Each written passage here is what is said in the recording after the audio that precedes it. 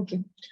Good morning, everyone. So from now on, because since only 30 days are left for your examination, 23rd July को आप लोगों का exam है.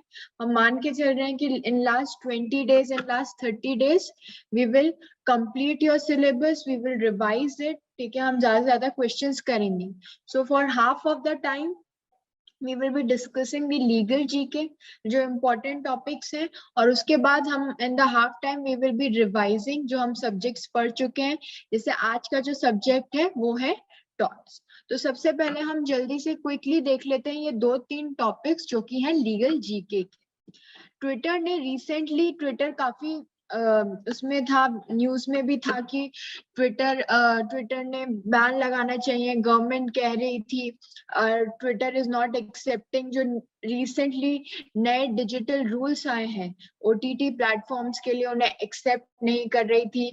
या फिर उनको जो गवर्नमेंट कह रही थी, संबित पात्रा का जो टूल किट केस था जो हमने यहाँ डिस्कस भी किया था, उससे रिलेटेड भी काफी चर्चा में थी. लेकिन अभी क्या किया है, ट्विटर मान गई है उन रूल्स को फॉलो करने के लिए, और ट्विटर ने अपॉइंट किया है एक चीफ कंप्लायंस ऑफिसर. जो ये नए आईटी रूल्स हैं वो क्या कह रहे हैं, ये जो नए आईटी रूल्स हैं इनमें बहुत सारे रूल्स आए हैं. उसके अंदर से एक बात तो ये भी कह रहे हैं कि ये जो इंटरमीडिएरी प्लेटफॉर्म्स हैं जैसे ट्विटर हुआ, व्हाट्सएप हुआ, अमेजोन हुआ, आपका या फिर आपका नेटफ्लिक्स हुआ, इन्हें एक कंप्लायंस ऑफिसर जो है उसे अपॉइंट करना चाहिए. ठीक है, या फिर एक ग्रीवियंस रिड्रेसल ऑफिसर कि कोई भी अगर कंप्लेंट आती है तो वो पर्टिकुलर पर्सन, वो पर्टिकुलर ऑफिसर उस कंप्लेंट से डील करेगा. यही हमारे नए आईटी रूल्स में लिखा हुआ है. तो अभी रिसेंटली ट्विटर ने अपॉइंट किया है एक इंटरिम चीफ कंप्लायंस ऑफिसर. ठीक है, इंटरिम यानी अभी टेम्पररी कुछ टाइम के लिए, ही इज नॉट परमानेंट. ठीक है, ये जो आईटी रूल्स थे आपके अनाउंस हुए थे फरवरी 2021 में, और इनका इम्प्लीमेंटेशन जो हुआ वो होना था 25 मई से. ठीक है, और ये क्या चाहते हैं, it requires tech companies in India, जो टेक कंपनीज इन इंडिया में जैसे फेसबुक हुआ, व्हाट्सएप हुआ, कि वो अपॉइंट करें चीफ कंप्लायंस ऑफिसर. और ट्विटर ने अभी रिसेंटली अपॉइंट किया है क्या, एक interim chief compliance officer for India. क्योंकि इन रूल्स में, ये जो आईटी रूल्स हैं इसमें स्पेसिफिकली रिटन है कि आपको ऑफिसर अपॉइंट करना है, वो तो करना ही आपको, साथ में वो जो पर्टिकुलर ऑफिसर है जिसे अपॉइंट किया जा रहा है वो इंडिया में रहना चाहिए. क्योंकि जब कोई कंप्लेंट होगी, कोई कंप्लेंट करेगा तो वो पर्टिकुलर पर्सन को इंडिया में होना चाहिए. तो कल ही की न्यूज में था कि ट्विटर ने एक interim chief compliance officer for India को अपॉइंट किया है. नेक्स्ट हम बात करेंगे केस की, जो कि है Aparna Bhatt versus state of Madhya Pradesh. अब हमने रिसेंटली सुना था, न्यूज में भी आया था कि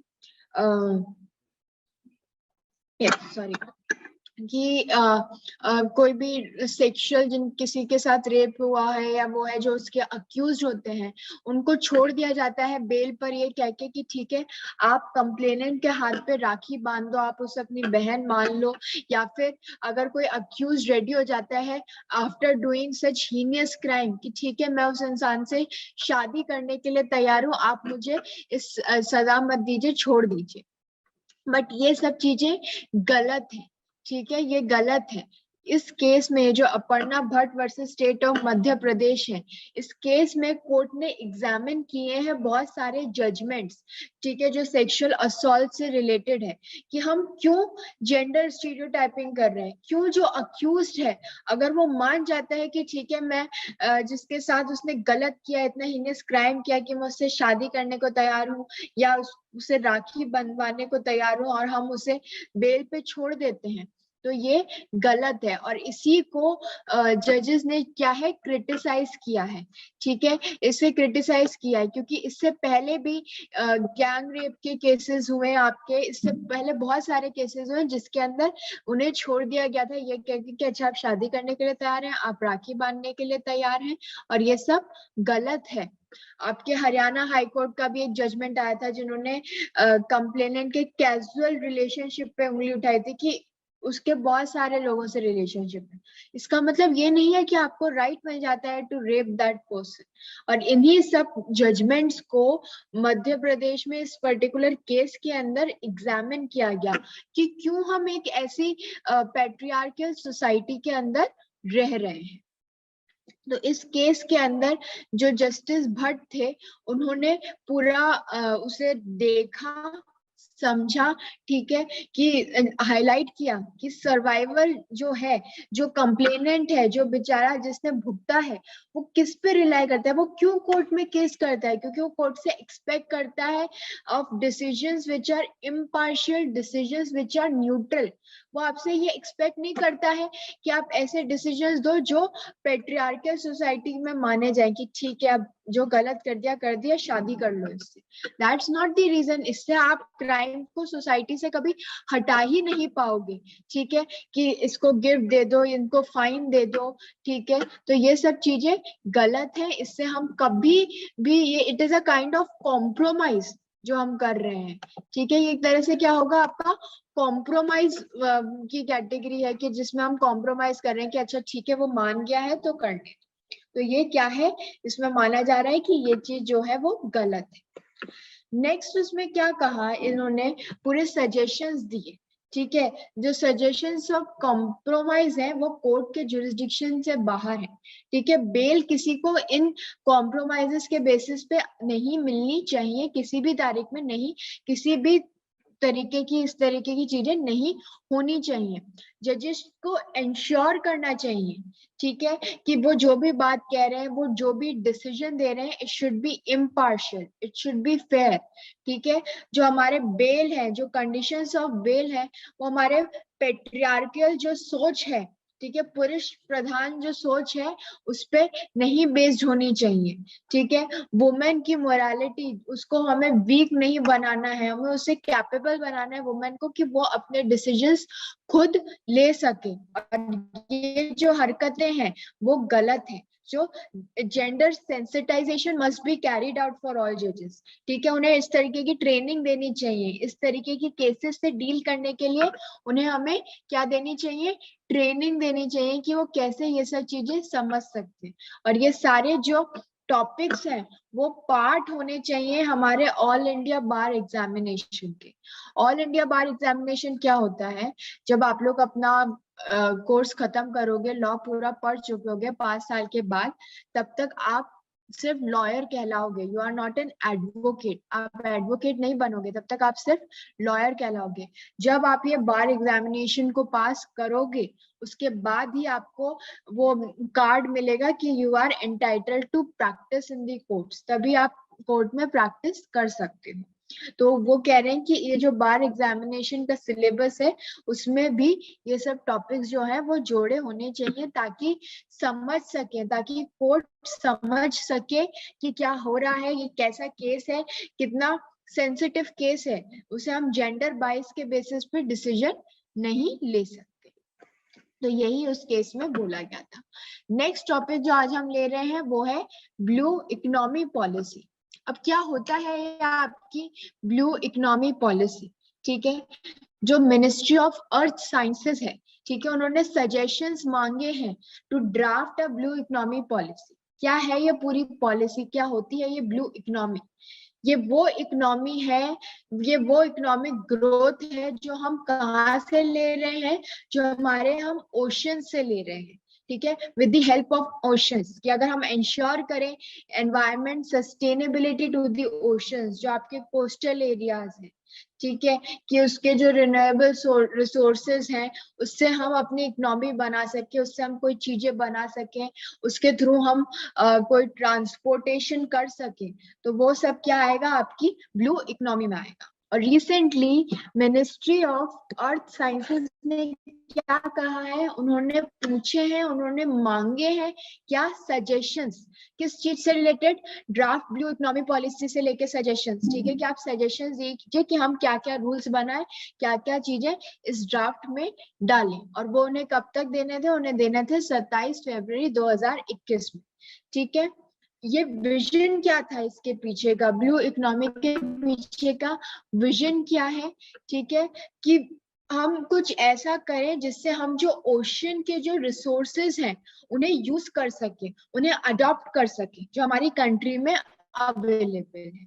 ठीक है, ये जो पॉलिसी जो ड्राफ्ट हुई थी उसका एम क्या था?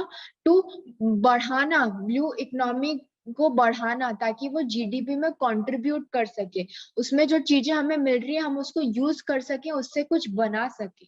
ठीक है, और ब्लू इकोनॉमी से क्या होगा? जो लोग रह रहे हैं, जो लोग कोस्टल एरियाज में रह रहे हैं, ठीक है, उनकी लाइफ इम्प्रूव होगी।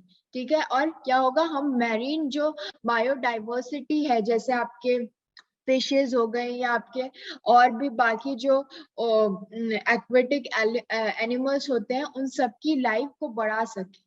ठीक है, हमारी जो मैरीन रिसोर्सेज के थ्रू जो या मैरीन एरियाज है, तो उसकी नेशनल सिक्योरिटी को भी हमें मेंटेन करना पड़े। ठीक है, आर्मी है जो लैंड देखती है, ठीक है, एयरफोर्स है जो एयर के थ्रू देखती है, और एक होती है हमारी नेवी जो हमारे समुद्र से रिलेटेड जो भी वो है उससे वो डील करती है। तो ये है आपकी पूरी blue economy policy. Now this draft of blue economy document, उसे 7 एरियाज में उसे देखा गया था। ठीक है, सबसे पहले उन्होंने देखा था about the national accounting framework. ठीक है, जो जरूरी है आपकी ब्लू इकोनॉमी के लिए, जो जरूरी है आपकी ओशन गवर्नेंस के लिए। ठीक है, मैरीन फिशरीज, फिशरीज का भी लेटेस्ट बहुत उसके अंदर स्कोप बढ़ गया है। यही नहीं कि सिर्फ ओशन के थ्रू लोगों ने अब अपना अपना पूरा स्टार्टअप आ रहे हैं, उसमें काफी स्कोप चल रहा है कि फिशेस जो है पूरी पिसिकल्चर जिसे हम कहते हैं, ठीक है, फिशेस की ब्रीडिंग कराना, ज्यादा से ज्यादा फिशेस की मैन्युफैक्चरिंग करना, टैंक में पूरा करके रखना, कि ऐसी सराउंडिंग्स उन्हें प्रोवाइड करना जैसी कि सी के अंदर होती है, ओशन के अंदर होती है, ताकि हम ज्यादा से ज्यादा फिशेस को कर सकें। It is helpful for your, ये सब जो आपके खाने में यूज होती है या कुछ बनाने में यूज होती है उसके लिए, तो उसमें बहुत अभी स्कोप चल रहा है।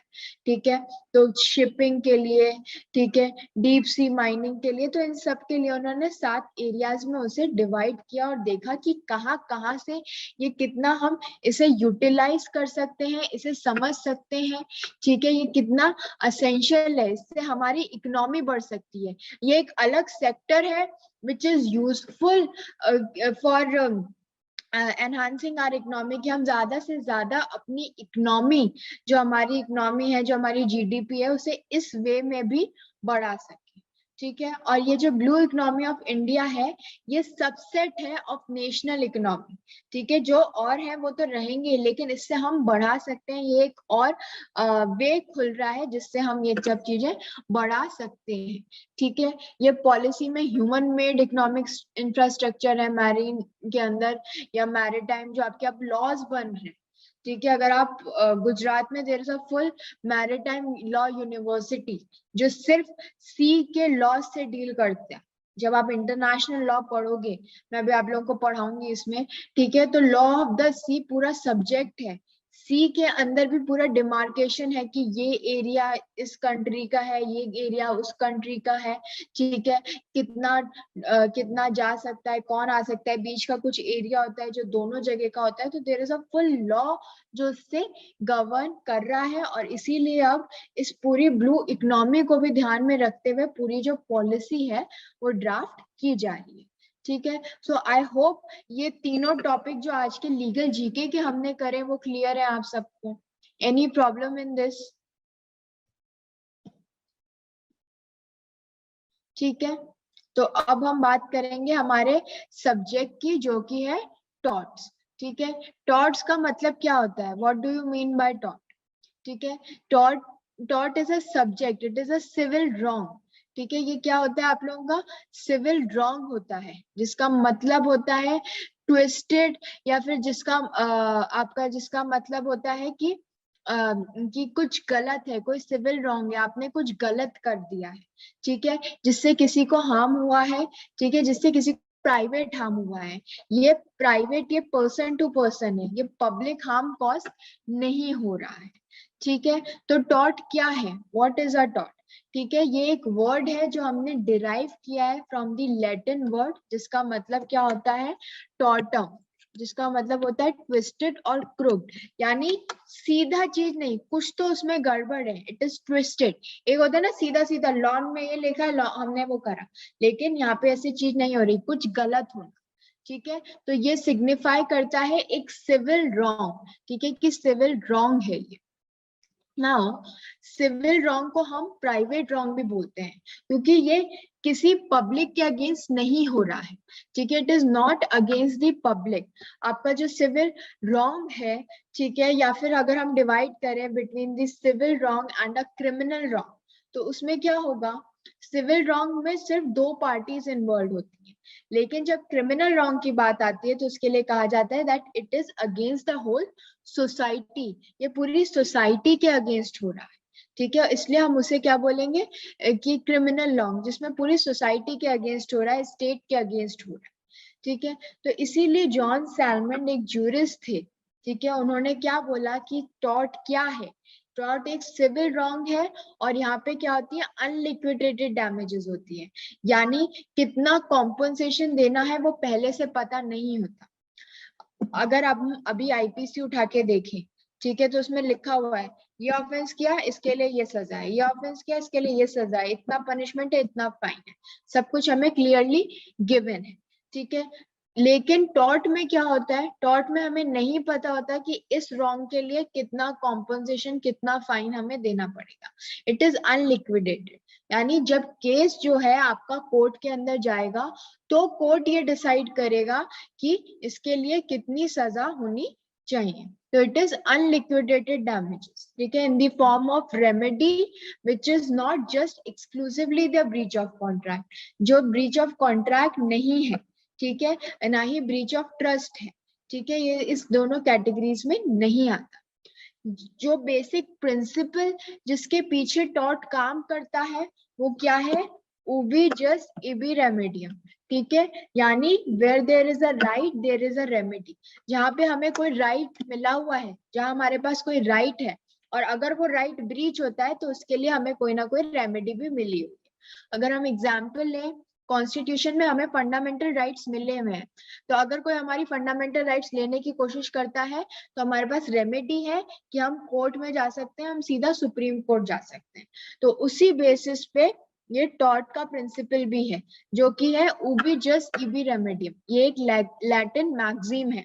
ठीक है, आई होप आप लोगों ने एक रजिस्टर बना रखा है जिसमें आपने कुछ पेजेस सिर्फ लैटिन मैगजीन से डील कर रखे हैं, क्योंकि मैं एक क्लास लूंगी आप लोगों की जो सिर्फ लैटिन मैगजीन, जो इम्पोर्टेंट लैटिन मैगजीन्स है वो आप लोगों को पता होनी चाहिए। डायरेक्ट क्वेश्चन आ जाता है कि उबिजस इबी रेमेडियम का क्या मतलब है, तो आपको क्या बोलना है, that it means where there is a right there is a remedy, जहाँ राइट है, जहाँ हमें राइट मिला हुआ है, तो उसके लिए हमें रेमेडी भी मिली होगी, क्योंकि अगर वो राइट ब्रीच होगा तो हमें उसके लिए कोई रेमेडी मिलनी चाहिए। तो ये है टॉर्ट, ये है टॉर्ट का मतलब। ठीक है, अब इसकी पूरी डेफिनेशन देख के हम ये तो समझ ही गए होंगे कि इसमें टॉर्ट के एसेंशियल एलिमेंट्स क्या हैं। ठीक है, एसेंशियल एलिमेंट्स क्या हैं आपके टॉर्ट के, सबसे पहला तो है 3 एसेंशियल एलिमेंट्स हैं जो पूरा जो टॉर्ट है आपका वो कॉन्स्टिट्यूट करते हैं। ठीक है, सबसे पहला तो क्या है, it is a wrongful act और ओमिशन, आपने कोई गलत काम किया या कोई काम आपको करना था उसको आपने ओमिट कर दिया। ठीक है, आपको किसी चीज का ध्यान रखना था, आपको ड्यूटी दी गई थी कि ये चीज ध्यान रखो, लेकिन आपने नहीं रखी। तो ऐसा कोई काम, या तो ऐसा कोई रॉन्गफुल एक्ट या रॉन्गफुल ओमिशन, या तो आपने कोई गलत काम कर दिया या कोई काम करना था तो उसे नहीं किया, तो वो होना चाहिए। दूसरी चीज, कोई ड्यूटी होनी चाहिए जो लॉ ने इम्पोज की हो, लॉ की तरफ से ड्यूटी आनी चाहिए कि लॉज में ऐसा लिखा है कि ये आपकी ड्यूटी है। And next is that this particular act जो है वो आपको राइज करेगा, it will give rise to legal और एक्चुअल डैमेज, कुछ डैमेज होना चाहिए। ठीक है, कुछ लॉस होना चाहिए। तो क्या क्या हुआ, रॉन्गफुल एक्ट और ओमिशन, ठीक है, आपने कोई गलत काम किया या कोई काम करना था नहीं किया। दूसरी इंपॉर्टेंट चीज क्या है, there is a duty imposed by the law.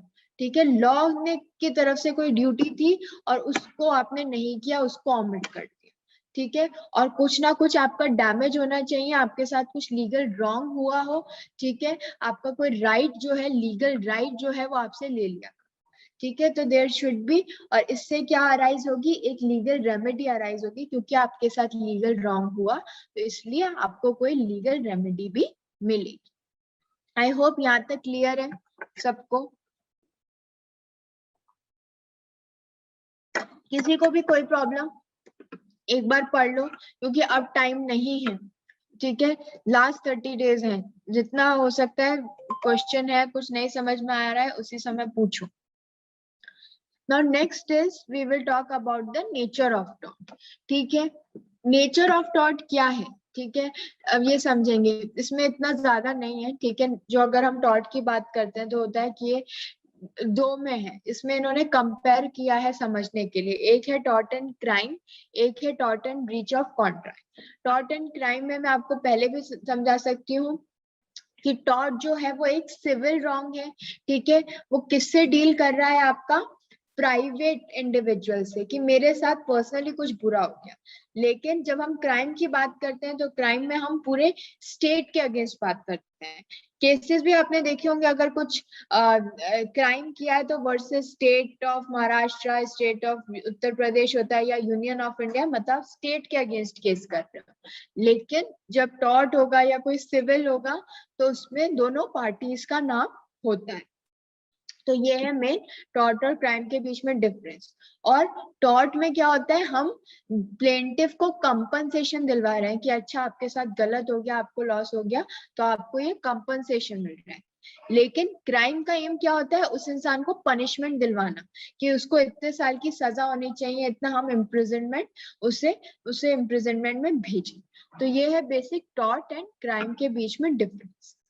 Next है the difference between tort and breach of contract, ठीक है, टॉर्ट और ब्रीच ऑफ कॉन्ट्रैक्ट में क्या अंतर होता है, टॉर्ट में तो दोनों ही सिविल है, अब आप बोलोगे कि टॉर्ट भी सिविल है, कॉन्ट्रैक्ट भी सिविल है, लेकिन टॉर्ट के अंदर जो कोई ड्यूटी ब्रीच होती है तो वो ब्रीच ऑफ ड्यूटी फिक्स की होती है लॉ ने, लेकिन कॉन्ट्रैक्ट के अंदर फिक्स की होती है दोनों पार्टीज के बीच में, ठीक है। कॉन्ट्रैक्ट होता है, एक क्लॉज बनता है, डॉक्यूमेंट बनता है, जिसपे दोनों पार्टीज जो होते हैं अपने सिग्नेचर करते हैं।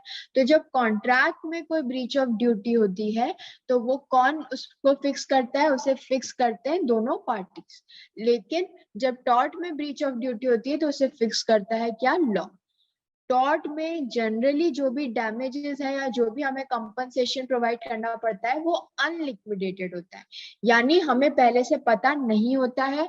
जब केस जो है वो कोर्ट में जाता है तो कोर्ट डिसाइड करता है कि कितना कॉम्पनसेशन देना है। लेकिन अगर हम कॉन्ट्रैक्ट की बात करें तो वो जो डैमेजेस हैं वो पहले से ही फिक्स्ड होते हैं, पहले से ही कॉन्ट्रैक्ट में लिखा होता है टर्म्स एंड कंडीशंस में कि अगर किसी ने भी ब्रीच ऑफ कॉन्ट्रैक्ट किया, किसी ने भी कॉन्ट्रैक्ट फॉलो नहीं किया तो उसे इतना कॉम्पनसेशन जो है वो देना पड़ेगा। तो ये है आपके दोनों, tort and crime and tort and breach of contract, ठीक है। नेक्स्ट एक चीज मैंने आपको बताई थी कि जो एसेंशियल्स हैं टॉर्ट के, कि कोई रॉन्गफुल एक्ट या रॉन्गफुल ओमिशन, उसका अगर एक एग्जांपल लें कि आपके दिल्ली में या कोई क्लॉक टावर थी, ठीक है, उसको मेंटेन करने की जिम्मेदारी किसकी थी, वो पर्टिकुलर क्लॉक टावर की, उस पर्टिकुलर क्लॉक टावर को मेंटेन करने की जो जिम्मेदारी थी वो थी म्युनिसिपैलिटी की। लेकिन म्युनिसिपैलिटी ने उसे मेंटेन नहीं किया, उस पर ध्यान नहीं दिया, और कुछ समय बाद क्या हुआ, वो गिर गई, वो डिमोलिश हो गई वो पूरा क्लॉक टावर। और उसके डिमोलिश होने की वजह से क्या हुआ, काफी सारे लोग या तो इंजर हो गए और एक दो लोगों की डेथ भी हो गई। अब इसके लिए वो लायबल होंगे क्योंकि उनकी ड्यूटी थी कि वो इस चीज का ध्यान रखें, उनकी ड्यूटी थी, उन्हें उसका ध्यान रखना था, उसको टाइम टू टाइम मेंटेन करना था, लेकिन वो ड्यूटी उन्होंने ओमिट कर दी, नहीं दी। तो यही है आपका एक्ट ऑफ ओमिशन, ठीक है।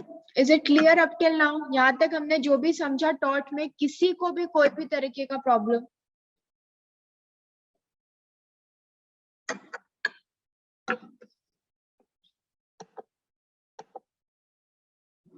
Okay, now we will talk about the legal damage, ठीक है, कि लीगल डैमेज क्या होता है। लीगल डैमेज या जिसे हम इंजरी बोल दें, ठीक है, इट मींस इन्फ्रिंजमेंट और violation of some legal rights. ठीक है, कि मेरा लीगल राइट था, मुझे लीगल राइट मिला हुआ था और मेरे लीगल राइट का क्या हुआ, वायलेशन हुआ। ठीक है, इसके अंदर दो इम्पोर्टेंट मैगजीन्स है और ये दोनों ही चीजें बहुत इम्पोर्टेंट है। ये जो टॉट इतना समझ रहे हो ना आप लोग शॉर्ट में, it will help you a lot in your law school also. ठीक है, क्योंकि उसमें जाते ही सबसे पहले जो सब्जेक्ट पढ़ाएंगे वो टॉट होगा। ठीक है, तो जब हम ये बात करेंगे लीगल डैमेजेस की, तो टॉर्ट के अंदर लीगल डैमेजेस का जो पूरा डैमेजेस का कॉन्सेप्ट है, इसे दो में डिवाइड कर रखा है। एक है डैमनम साइन इंजूरिया और एक है इंजूरिया साइन डैम। अब डैमनम साइन इंजूरिया क्या होता है? डैमनम साइन इंजूरिया का मतलब होता है damages without a legal wrong. ठीक है, डैमेजेस, कोई डैमेजेस हुए, that too without a legal wrong. और इंजूरिया साइन डैमनम का मतलब होता है कि आपको इंजरी तो हुई लेकिन कोई डैमेजेस नहीं। ठीक है, अब damages without a legal wrong में का मतलब अगर हम समझें कि क्या होगा। ठीक है, इस साइड कोई स्कूल था, ठीक है, मेरा स्कूल ए था, एक पर्सन ए नाम का एक स्कूल आराम से मस्त चल रहा था, खूब चल रहा था। उस लोकेलिटी के सारे बच्चे जो है उसी स्कूल में आते थे। ये रोड थी, ठीक है, this pen is not working, एक सेकेंड। ठीक है, ये रोड थी, ठीक है, इस रोड के पैरेलल एक स्कूल खुल गया बी। ठीक है, अब ये जो बी स्कूल था, इसके आने से क्या हुआ, ए के स्कूल पे फर्क पड़ गया क्योंकि कुछ बच्चे बी स्कूल में जाने लगे। अब इसमें क्या हुआ, डैमेजेस तो हुआ, ए को लॉस तो हुआ क्योंकि काफी बच्चों ने अपना एडमिशन लेके वहां बी में जाने लगा वो, लेकिन कोई लीगल रॉन्ग नहीं हुआ। ये कहीं लिखा थोड़ी है कि दो पैरेलल स्कूल्स एक लोकेलिटी में नहीं खुल सकते, कहीं नहीं रिटन है, कोई लीगल रॉन्ग नहीं है। तो ये हुए डैमेनम साइन इंजूरिया, यानी इसमें डैमेज तो हुआ, हमें मॉनेटरी डैमेज तो हुआ लेकिन कोई लीगल रॉन्ग नहीं हुआ। ठीक है, on the other hand there is इंजूरिया साइन डैमेज, यानी इंजरी विदाउट डैमेजेस। इसके अंदर क्या होगा, इंजरी हुई, ठीक है, आपका जो लीगल रॉन्ग था, आपका जो लीगल राइट था वो इन्फ्रिंज हुआ लेकिन कोई लॉस नहीं। ठीक है, तो अब दूसरा एग्जांपल लेते हैं। ठीक है, डी एक पर्सन था, ठीक है, वोटर था, वो वोट कास्ट करने अपना जा रहा था। ठीक है, अपना वोट कास्ट करने जा रहा था, बीच में उसे क्या हुआ, एफ एक पर्सन था, एफ एक पर्सन था, उसने रोक लिया, उसने वोट कास्ट करने नहीं दिया। एफ जो था वो वहां पे ऑफिसर था जहाँ वोट कास्ट कर रहे थे, उसने उसे डी को अंदर जाने नहीं दिया कि नहीं तुम वोट कास्ट नहीं करोगे। अब ये जो उसने डी को वोट कास्ट करने नहीं दिया, ये लीगल रॉन्ग है। डी का राइट है कि वो everyone of us has the right to cast the vote. India में जो भी इंसान 18 साल से ऊपर का है उसका ये राइट है कि वो वोट कास्ट करने जाए, लेकिन क्योंकि उसे एफ ने रोक लिया तो यानी यहाँ पे डी का जो राइट है, लीगल राइट है, वो इन्फ्रिंज हुआ। तो और लास्ट में क्या हुआ, जब रिजल्ट आया तो जिस कैंडिडेट को डी वोट करने जा रहा था वही कैंडिडेट जीत भी गया। तो अगर अब हम इसमें देखें तो डी को कोई डैमेज नहीं हुआ, जिसको वो वोट डालने जा रहा था वही जीत गया। ठीक है, लेकिन फिर भी उसे डी को यहाँ पे डैमेजेस मिलेंगे। ठीक है, कॉम्पनसेशन मिलेगा। क्यों मिलेगा, क्योंकि डी का जो है वो जो लीगल राइट था वो वायलेट हुआ। ठीक है, क्योंकि यहाँ पे लीगल रॉन्ग कमिट, इसीलिए डी को कॉम्पनसेशन मिलेगा, भले ही उसे कोई लॉस नहीं हुआ फिर भी उसे कॉम्पनसेशन मिलेगा। लेकिन ये जो स्कूल वाला केस हमने समझा था, इसमें कोई कॉम्पनसेशन नहीं मिलेगा, भले ही लॉस हुआ, मॉनेटरी लॉस भी हुआ, क्योंकि इसमें कोई लीगल रॉन्ग नहीं है। तो ये आई होप ये दोनों कॉन्सेप्ट जो है आप लोगों को समझ में आए हैं। इसमें कोई प्रॉब्लम किसी को भी, any problem to anyone in this?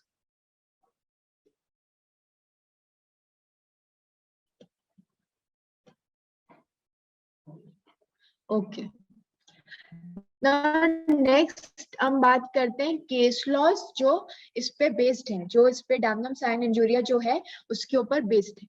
ठीक है, तो ये जो मैंने स्कूल वाला केस दिया था वो ही केस है ये, ग्लिस्टर ग्रामर स्कूल केस, ठीक है, जहाँ पे ये सेम चीज हुई थी, ठीक है, कि स्कूल मास्टर ने एक नया स्कूल खोल लिया था, ठीक है, near the school of the plaintiff, और जिसकी वजह से क्या हुआ, प्लेंटिफ को स्कूल की फीस घटानी पड़ गई, ठीक है, लेकिन इसमें कोई लीगल राइट का वायलेशन नहीं हुआ था, इसलिए कोर्ट ने कोई कॉम्पनसेशन ग्रांट नहीं किया।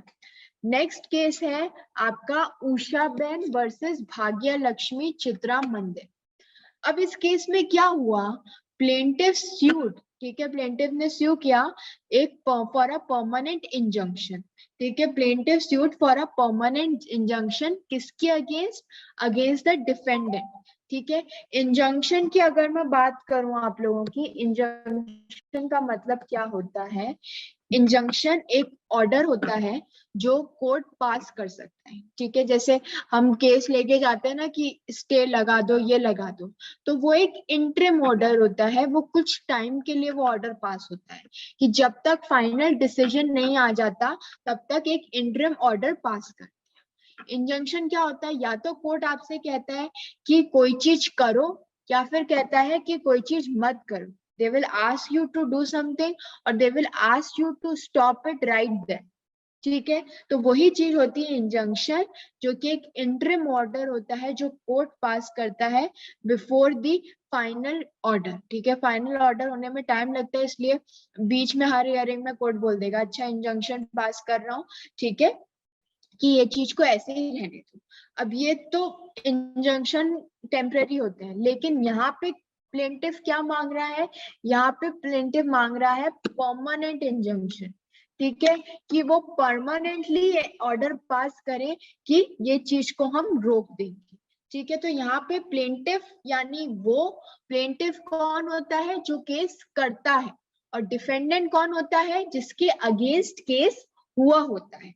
तो यहाँ पे प्लेंटिफ ने स्यू किया फॉर परमानेंट इंजंक्शन, ठीक है, अगेंस्ट द डिफेंडेंट, ठीक है, डिफेंडेंट के अगेंस्ट उन्होंने केस किया फॉर परमानेंट इंजंक्शन, ताकि वो रोक सके पिक्चर की स्क्रीनिंग, ठीक है, एग्जीबिशन ऑफ द फिल्म।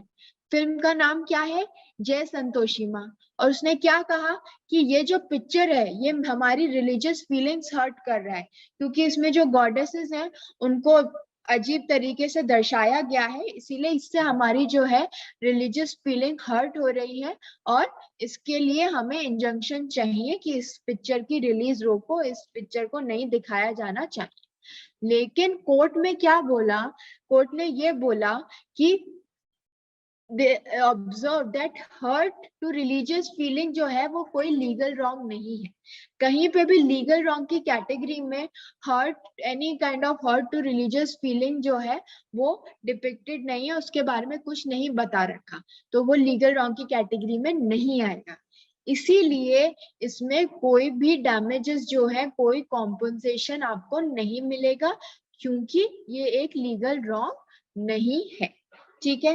तो ये है केस लॉज ऑन डैमनम साइन इंजूरिया। इसमें और भी केसेस हैं, जैसे एक केस है आपका Prabhu Dayal versus town area committee, ये मैंने वही केसेस लिए हैं जो इम्पोर्टेंट है, जो लैंडमार्क है इस पर्टिकुलर कॉन्सेप्ट को समझने के, ठीक है। अब नेक्स्ट केस जो है वो है Prabhu Dayal versus town area committee. इस केस में क्या हुआ, प्लेंटिफ ने कंस्ट्रक्ट की थी 16 शॉप्स, ठीक है, किसके ऊपर, एक old foundation of a building थी, उस पे उन्होंने 16 शॉप जो है प्लेंटिफ ने उसे कंस्ट्रक्ट की थी, ठीक है। अब ये जो कंस्ट्रक्शन था वो उन्होंने जब बनाया था तो उसके लिए नोटिस देना होता है, बट उन्होंने कोई नोटिस नहीं दिया था, और ये कंस्ट्रक्शन बिना किसी नोटिस के कर दिया गया था, बिल्डिंग खड़ी कर दी गई थी, और ये नोटिस जरूरी था लेना under the UP municipalities act, ठीक है, यूपी म्युनिसिपैलिटीज एक्ट के सेक्शन 178 में ये रिटन है कि अगर आप कोई कंस्ट्रक्शन कर रहे हो तो उसके लिए पहले आपको नोटिस देना पड़ेगा। अब डिफेंडेंट्स ने जो है, जो अपना जिनके अगेंस्ट केस हुआ है, उन्होंने ये कंस्ट्रक्शन जो था वो डिमोलिश कर दिया, जो बिल्डिंग खड़ी की थी प्लेंटिफ ने उसे गिरा दिया, डिमोलिश कर दिया, ठीक है।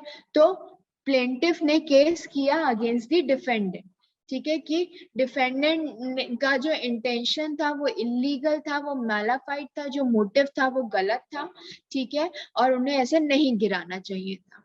लेकिन कोर्ट ने क्या कहा कि डिफेंडेंट्स लायबल नहीं है, ठीक है, क्योंकि कोई उनका लीगल रॉन्ग प्रूफ नहीं हुआ था, because if a person construct a building illegally, ठीक है, तो म्युनिसिपल अथॉरिटीज के पास ये राइट है कि वो डिमोलिश कर सकते हैं, ठीक है। यहाँ पे डिफेंडेंट कौन था? जो म्युनिसिपैलिटी है वो।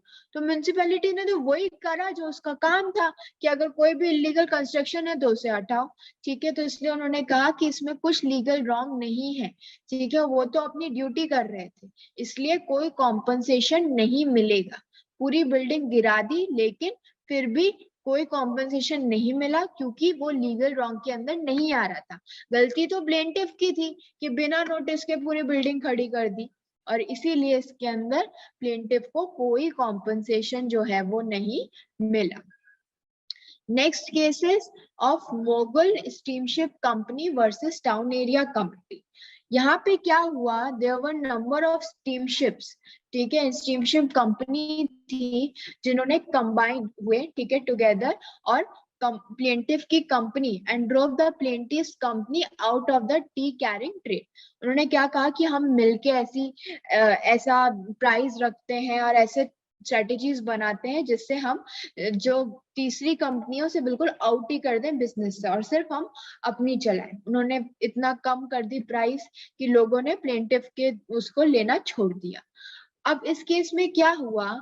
इस केस में ये कहा गया कि प्लेंटिफ का कोई कॉज ऑफ एक्शन है ही नहीं, क्योंकि डिफेंडेंट ने जो भी करा वो लॉफुल मीन्स से किया, ठीक है, अपने ट्रेड को इंक्रीज करने के लिए किया। तो इसमें कोई भी लीगल रॉन्ग मिला ही नहीं, भले उनका इंटेंशन गड़बड़ था, ठीक है, भले उनका मेन एम यही था कि इसको बाहर निकालो, इसको यहाँ से निकालो, लेकिन फिर भी उन्होंने कोई गलत नहीं कहा। अगर एक लेमैन देखेगा तो वही देखेगा कि भाई वो अपना बिजनेस बढ़ा रहा है, इसमें तुम्हें क्या दिक्कत हो रही है, तुम भी कर लो जो वो कर रहा है। तो इसीलिए इस केस में कहा गया कि कोई कॉम्पनसेशन नहीं मिलेगा, क्योंकि कोई लीगल रॉन्ग नहीं है, ठीक है। क्लियर है? Is it clear to everyone?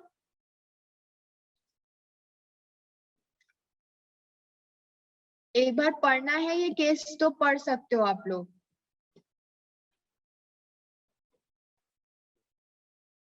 ठीक है। नेक्स्ट केस जो इम्पोर्टेंट है वो है एक Vishnu Dutt versus board of HS and intermediate education, ठीक है। अब इस केस में क्या हुआ था? जो प्लेंटिफ था, यानी जिसने केस किया था, वो एक इंटरमीडिएट का स्टूडेंट था, ठीक है, और उसे डिटेन कर लिया गया था, ठीक है, फॉर शॉर्ट ऑफ अटेंडेंस, कि तुम नहीं बैठोगे, ठीक है, क्योंकि तुम्हारी अटेंडेंस बहुत कम है। और ये जो इसका डिटेंशन है उसे कोर्ट में देखा गया, ठीक है, और कोर्ट ने बोला कि ये जो डिटेंशन है वो इलीगल है, क्योंकि जो अटेंडेंस रजिस्टर है कॉलेज के वो ढंग से मेंटेन नहीं है, उसके जो रूल्स एंड रेगुलेशंस के साथ उन्हें मेंटेन होना चाहिए था वो उसके साथ मेंटेन नहीं है। और इसका रिजल्ट ये हुआ कि उसके डिटेंशन की वजह से उसका 1 साल जो है वो बेकार हो गया, ठीक है। But his action to claim compensation was not allowed, ठीक है, क्योंकि एज द प्लेंटिव्स क्लेम जो है वो किसी कॉमन लॉ के अंडर नहीं आ रहा था, किसी लॉ के अंडर नहीं आ रहा था, इसलिए कोई कॉम्पनसेशन जो है वो नहीं मिला। डिटेंशन जरूर कहा गया कि इलीगल है, ये उसे नहीं बैठने दिया वो गलत है, उससे पूरा उसका 1 साल खराब हो गया। क्यों गलत है? क्योंकि जो रजिस्टर जिस तरीके से मेंटेन हुए थे, जिसकी अटेंडेंस नापी जा रही थी, वो रजिस्टर ढंग से बनाया ही नहीं गया था, इसलिए वो गलत है, ठीक है। तो ये केस था। आई होप अब डैमनम साइन इंजूरिया क्लियर है। इससे रिलेटेड कोई भी क्वेश्चन आएगा तो आप लोग कर लेंगे, कोई प्रॉब्लम नहीं होगी इसके अंदर, ठीक है। अब हम दूसरा एस्पेक्ट समझते हैं जो कि है इंजूरिया साइन डैमनम, यानी इंजरी विदाउट डैमेजेस, ठीक है। आपको लॉस तो, इंजरी तो हुई, आपका लीगल रॉन्ग तो हुआ, लेकिन कोई आपको हानि नहीं पहुंची, आपका कोई मॉनेटरी लॉस जो है वो नहीं हुआ। तो अब हम बात करेंगे केस लॉज ऑन इंजूरिया साइन डैमनम। अब जो इसके लैंडमार्क जजमेंट्स हैं वो दो लैंडमार्क जजमेंट्स हैं, एक है एशबी वर्सेस वाइट और एक है Bhim Singh versus state of Jammu and Kashmir. Ashby versus white में क्या हुआ, ठीक है, ए जो पर्सन था he was wrongly prevented by the returning officer कि वो अपना वोट जो है वो एक पार्लियामेंट्री इलेक्शन में वो कास्ट नहीं कर पाया। उसको कोई लॉस नहीं हुआ क्योंकि जिस कैंडिडेट को वोट डालने जा रहा था वो ही जीत गया और बहुत मार्जिन से जीता।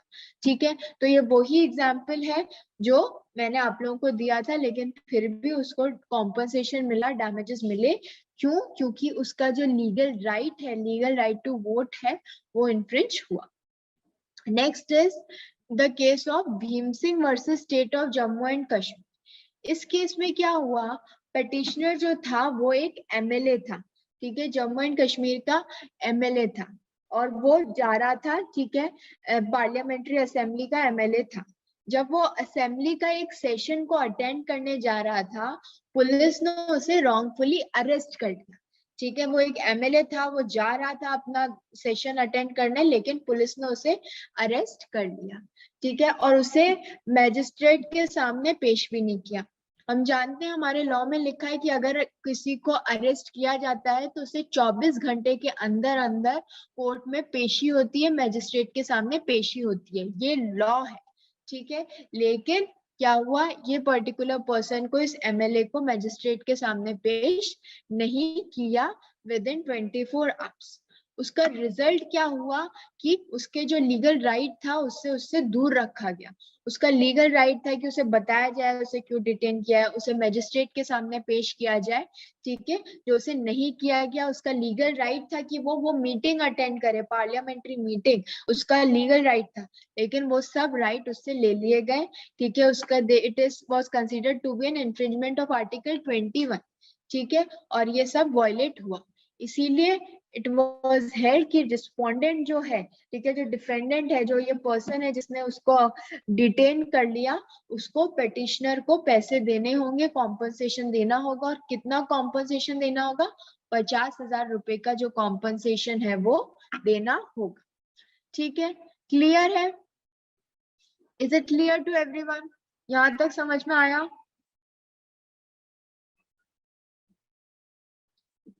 You can go through this.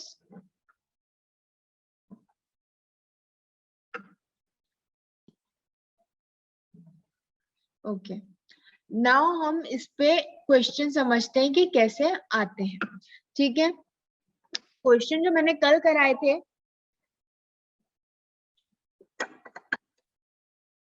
Question जो आप लोगों को कल कराए थे वैसे तो आते ही हैं, लेकिन ये भी आते हैं, ये सिंपल वाले हैं, to step by step understand कि कैसे स्टार्ट होता है।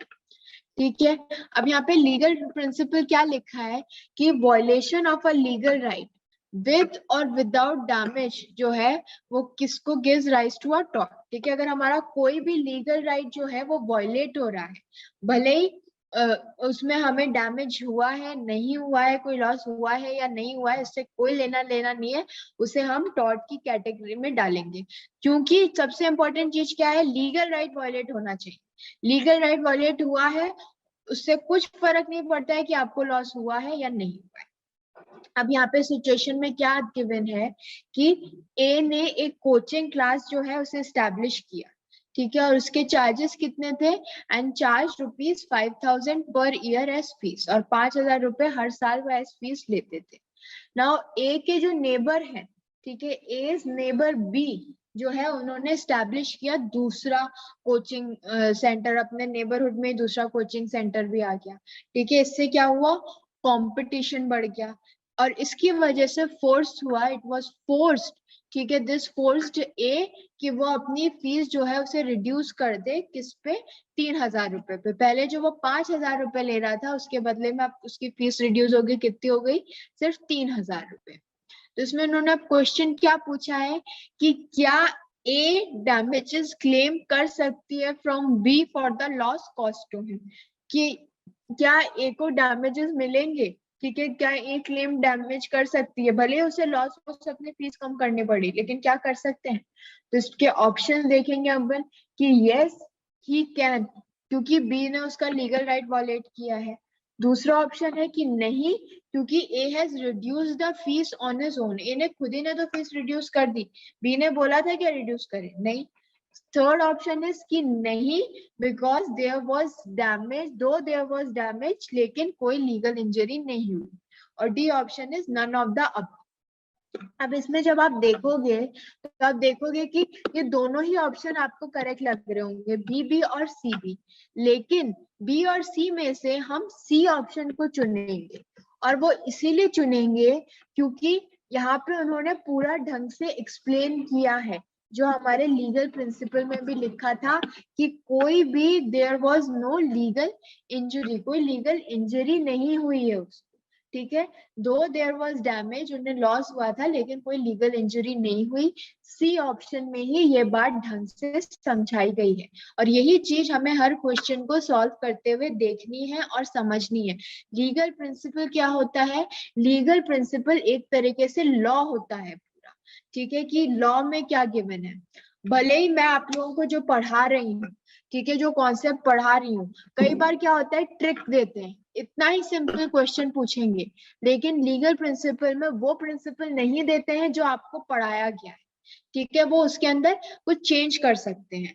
तो उस केस में क्या होगा, उस केस में आपको यही लीगल प्रिंसिपल फॉलो करना होगा जो क्वेश्चन में गिवन है। लीगल प्रिंसिपल को बिल्कुल लॉ की तरह वर्ड बाय वर्ड ढंग से पढ़ना है, जल्दी में बिल्कुल नहीं पढ़ना है। कई बार जल्दी में हम गलत पढ़ जाते हैं, गलत समझ जाते हैं और उस वहीं गड़बड़ हो जाती है, ठीक है। इसलिए हमें लीगल प्रिंसिपल को बहुत अच्छे से, बहुत ढंग से समझना है। नेक्स्ट अगर हम इसी का क्वेश्चन देखें, ठीक है, इसमें क्या बोल रहा है नेक्स्ट क्वेश्चन में लीगल प्रिंसिपल में कि if there is infringement of a legal right of a person, कि अगर किसी पर्सन का लीगल राइट जो है वो इन्फ्रिंज हो रहा है, तो उस केस में he can sue under torts, ठीक है, वो टॉर्ट्स के लिए स्यू कर सकते हैं फॉर कंपनसेशन, ठीक है, टॉर्ट्स के लिए कंपनसेशन के लिए स्यू कर सकते हैं, इवन इफ उन्हें कोई हार्म या लॉस नहीं हुआ है, 1 रुपए का भी लॉस नहीं हुआ है, तब भी वो कर सकते हैं। कब? अगर there is infringement of legal right of a person. अब यहाँ पे हम वापस देखते हैं, ठीक है, सिचुएशन में क्या गिवन है कि मिस्टर बी जो है एक बैंक मैनेजर थे, ठीक है, उन्होंने रिफ्यूज कर दिया टू ऑनर अ चेक, ठीक है, एक चेक को जो कि सी ने प्रेजेंट किया था, जो कि एक कस्टमर है। दो सी के पास जो है सफिशिएंट फंड्स थे उसके अकाउंट में, लेकिन क्या सी स्यू कर सकती है बी को अंडर टॉर्ट्स, ठीक है, बी बैंक मैनेजर था, उसकी ड्यूटी थी, ठीक है, कि वो सी ने जो उसे चेक दिया उसको पूरा रिफंड करके दे। अब यहाँ पे हम आंसर्स में देखेंगे तो पहला ऑप्शन में क्या गिवन है कि बैंकर ने वॉयलेट किया है सी का लीगल राइट, और he can be sued under torts to pay compensation, ठीक है, कि उसे स्यू किया जा सकता है। बी ऑप्शन में क्या गिवन है कि जो सी का जो सारा पैसा है उसके बैंक अकाउंट में वो इंटैक्ट है, सी को कोई लॉस नहीं हुआ, इसमें से कोई कॉम्पनसेशन नहीं मिलना चाहिए। सी ऑप्शन में बात हो रही है कि be can plead extraordinary situation, कि वो कोई एक्स्ट्रा ऑर्डिनरी सिचुएशन बता सकते हैं इन द बैंक में उस समय में, और उस वजह से उन्होंने चेक का ऑनर नहीं किया।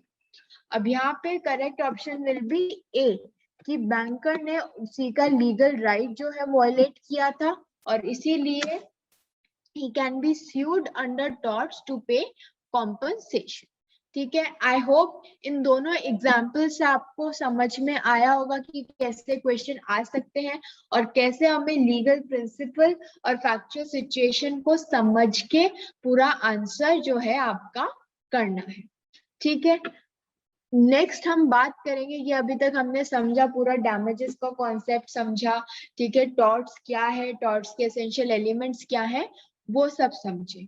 अब there are few defences to tort.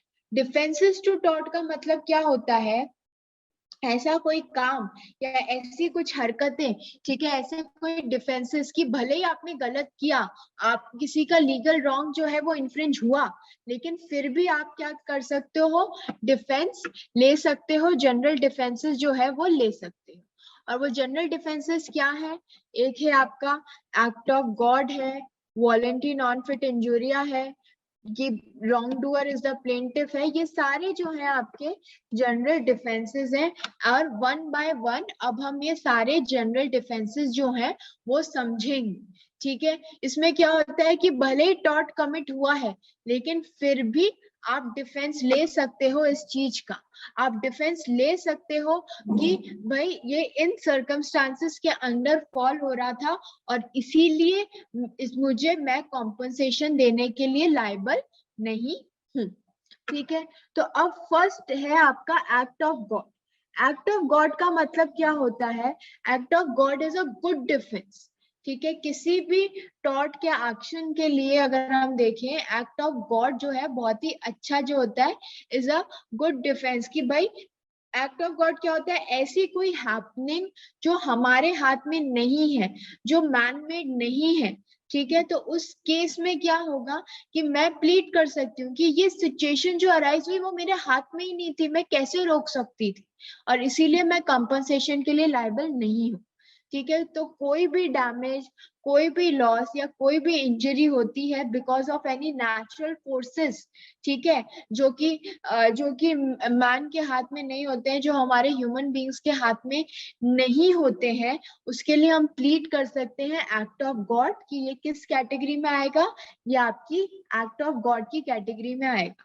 इसमें कौन कौन से आते हैं? Mostly these are the natural calamities, जैसे स्टॉर्म हो गया, फ्लड हो गया, अर्थक्वेक हो गया, कहीं सूखा पड़ना हो गया। तो ये सब चीजें किसके अंदर आएंगी? ये सब चीजें आएंगी आपकी एक्ट ऑफ गॉड के अंदर, ठीक है। तो these are the essentials that are required. कि कोई नेचुरल फोर्स होनी चाहिए, कोई एक्स्ट्रा ऑर्डिनरी अकरेंस होनी चाहिए जो हमारे हाथ में नहीं है, जो हमारे हाथ में नहीं थी, वो कमिट हुई और इसीलिए हमने उसे एक्ट ऑफ गॉड में माना। तो जब एक्ट ऑफ गॉड होता है तो उस केस के लिए हम नहीं कह सकते कि कॉम्पनसेशन मिलना चाहिए। अब ये कोर्ट को समझना था कि किन सिचुएशंस को हम एक्ट ऑफ गॉड की कैटेगरी में कंसीडर करें और किन सिचुएशंस को नहीं, क्योंकि ये केस टू केस डिपेंड करता था कि भाई हैवी रेनफॉल हुई, कितनी हैवी रेनफॉल हुई, ठीक है, वो देखना पड़ेगा। क्या वो उतनी हैवी थी कि हम स्टिपुलेट कर सकते हैं कि इस तरीके के सर्कमस्टांसेस अराइज हो जाएंगे, तो वही चीजें हमें समझनी होती है, ठीक है। अगर हम इसको केस लॉ से समझें एक्ट ऑफ गॉड की, ठीक है, तो इसमें जो आपके लैंडमार्क जजमेंट्स है उसमें से सबसे पहला है वो है निकोलस वर्सेस मार्शलैंड। इस केस में क्या हुआ था? डिफेंडेंट ने क्रिएट की थी एक आर्टिफिशियल लेक अपनी लैंड पे, ठीक है, ताकि वो उसमें वाटर कलेक्ट कर सके फ्रॉम नेचुरल स्ट्रीम्स। तो उन्होंने अपनी लैंड के ऊपर एक आर्टिफिशियल लेक जो थी उसे पूरा कलेक्ट किया। Once there was an extraordinary rainfall, बहुत बारिश हुई, extraordinary rainfall हुई, ठीक है, जो किसी को याद भी नहीं थी कि कभी बरसों पहले इतनी बारिश तेज हुई भी थी, ठीक है। और इस बारिश की वजह से जो लेक थी वो डिस्ट्रॉय हो गई, और उसकी वजह से क्या हुआ? ब्रिज था, ठीक है, पूरा ब्रिज जो था वो पूरा पानी की वजह से फ्लो हो गया, खराब हो गया। वो ब्रिज था प्लेंटिफ का, ठीक है। और इस पूरा ये जो आर्टिफिशियल लेक क्रिएट की थी उसकी वजह से क्या हुआ? वो ब्रिज जो था खराब हो गया, पूरा फ्लोन अवे हो गया, वॉश्ड अवे हो गया because of this particular rain. Court ने क्या कहा कि डिफेंडेंट लायबल नहीं है। क्यों लायबल नहीं है? क्योंकि ऐसी बारिश हुई थी जो किसी के हाथ में नहीं थी, ठीक है। और इसे हम एक्ट ऑफ गॉड की कैटेगरी में मानेंगे, क्योंकि ये जो बारिश थी याद भी नहीं है किसी को, कि इतना हम एक्सपेक्ट भी नहीं कर सकते थे कि ऐसी कोई बारिश होगी, और इसीलिए इसे कैटेगराइज किया गया किसमें? एक्ट ऑफ गॉड की कैटेगरी में। Next case is of Kallulal versus Hemchand. इस केस में क्या हुआ? एक वॉल थी बिल्डिंग की जो कोलैप्स हो गई due to a normal rainfall, ठीक है, 2.6 इंचेस की रेनफॉल हुई और उसके बाद वो बिल्डिंग की वॉल कोलैप्स हो गई। और इस कोलैप्स की वजह से जो थी एक पर्सन की डेथ हो गई, ठीक है, रिजल्टेड इन द डेथ और रिस्पोंडेंट्स चिल्ड्रन, बच्चों की डेथ हो गई। कोर्ट ने क्या कहा कि इसे हम एक्ट ऑफ गॉड नहीं मान सकते। 2.66 इंच की बारिश में कोई दीवारें ढहती हैं, ठीक है, तो इसे हम एक्ट ऑफ गॉड की कैटेगरी में नहीं मान सकते, ठीक है। इन दिस केस, ठीक है, रेनफॉल जो थी वो नॉर्मल थी, वो कुछ एक्स्ट्रा ऑर्डिनरी उसमें नहीं था, और इसलिए इस पे एक्ट ऑफ गॉड का डिफेंस जो है वो एप्लीकेबल नहीं है, ठीक है। तो ये केसेस हैं related to your act of God, आपके एक्ट ऑफ गॉड से जो है ये रिलेटेड है। नेक्स्ट केस, नेक्स्ट हम जो डिफेंस की बात करेंगे वो हम बात करेंगे वॉलंटरी नॉन फिट इंजुरिया की। अब वॉलंटरी नॉन फिट इंजुरिया की अगर हम बात करें, ठीक है, कि क्या होती है वॉलंटरी नॉन फिट इंजुरिया, ठीक है। इसके अंदर इसका मतलब होता है कि कोई भी पर्सन जो है, अगर वो अपनी इच्छा से वॉलंटरली, ठीक है, वेव ऑफ कर रहा है, कुछ अबंडन कर रहा है, ठीक है, या फिर कोई अपनी इच्छा से किसी चीज के लिए कॉन्सेंट दे रहा है, तो उस केस में सामने वाला पर्सन लायबल नहीं होगा।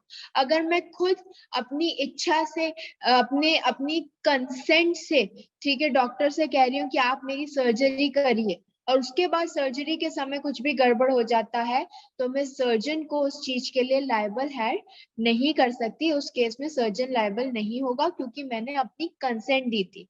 जब हम डॉक्टर के पास जाते हैं, कोई ऑपरेशन होता है, तो वो कंसेंट फॉर्म साइन कराते हैं। क्यों साइन कराते हैं? उसमें लिखा होता है कि आप अपनी कंसेंट से या काम करा रहे हो, और कल को कुछ भी गड़बड़ होता है तो उसके लिए जो डॉक्टर है या हॉस्पिटल अथॉरिटीज हैं वो लायबल नहीं होंगे, ठीक है। तो यही है ये वॉलंटरी नॉन फिट इंजुरिया, ठीक है, that no man can force a right which he has voluntarily waived, ठीक है। यहाँ पे क्लियरली लिखा है किसका मतलब, कि no man can enforce a right जो उन्होंने खुद ने वॉलंटरली वेव ऑफ किया है, वॉलंटरी अबंडन किया है, जो आपने खुद ने कर दिया है कि नहीं मैं अपनी कंसेंट दे रही हूँ इस चीज के लिए। इसके एग्जाम्पल्स हैं, जैसे आप किसी को अपने घर पे इनवाइट करते हो कि प्लीज आप आइए, तो उस गेस्ट के लिए हम उस गेस्ट को ट्रेसपासर नहीं कह सकते, क्योंकि उस गेस्ट को हमने खुद ने इनवाइट किया है, ठीक है। या फिर हम अगर हम किसी चीज के पब्लिकेशन के लिए जिसमें हमारा नाम है, ठीक है, उसके लिए हम कह रहे हैं कि ठीक है अच्छा पब्लिश कर दो, मैंने कंसेंट दी, तो बाद में मैं ये नहीं कह सकती अपनी कंसेंट के लिए कि नहीं ये डिफेमेटरी है, नहीं, क्योंकि डिफेमेटरी की कैटेगरी में नहीं आएगा, क्योंकि इस चीज के लिए मैंने खुद ने अपनी कंसेंट दी थी। देन नेक्स्ट इज, ठीक है, कि अगर आप कोई गेम खेल रहे हो, ठीक है, और वो गेम करने के लिए आप वॉलेंटरी राजी हुए हो, और उस समय आपको कोई चोट लग जाती है ड्यूरिंग प्लेइंग दैट गेम, ठीक है, तो उस केस में आप किसी को लायबल नहीं कर सकते, क्योंकि आपने खुद ने उस गेम को खेलने के लिए हामी भरी थी कि हाँ ठीक है मैं ये गेम खेलूंगी। And one other example they have given is कि अगर जब हम स्टेडियम में कोई क्रिकेट मैच देखने जाते हैं, कुछ देखने जाते हैं, तो वहां पे अगर मैच देखते देखते हमें कोई बॉल लग जाती है, तो उस केस के अंदर क्या होगा, उस केस के अंदर भी हम लायबल नहीं कर सकते किसी को, क्योंकि हमने अपनी कंसेंट दी थी। जब हमने वो टिकट खरीदा था वो पर्टिकुलर मैच देखने के लिए, तो मैंने अपनी कंसेंट दी थी, ठीक है। Next is the case laws related to the voluntary non fit injuria, ठीक है। अब यहाँ पे जो लैंडमार्क केसेस है वो है the case of Hall versus Brooklands Auto Racing Club. इस केस में क्या हुआ था, इस केस में जो प्लेंटिफ था वो स्पेक्टेटर था, ठीक है, जो कार रेसिंग इवेंट एक हो रहा था वो देख रहे थे, ठीक है, और जिस ट्रैक पे, ठीक है, अंदर ट्रैक जिस पे रेस हो रही थी वो डिफेंडेंट का था। रेस होते समय दो कार का जो है वो कोलिजन हो गया, दो कार आपस में भिड़ गई, और out of which one was thrown among the people. कुछ ऐसा कोलिजन हुआ कि एक जहाँ पे लोग बैठे हुए थे देख रहे थे वहां चली गई, और उस वजह से जो है उन कुछ लोगों को, प्लेंटिफ को इंजरी हो गई जब कार उन पे आई।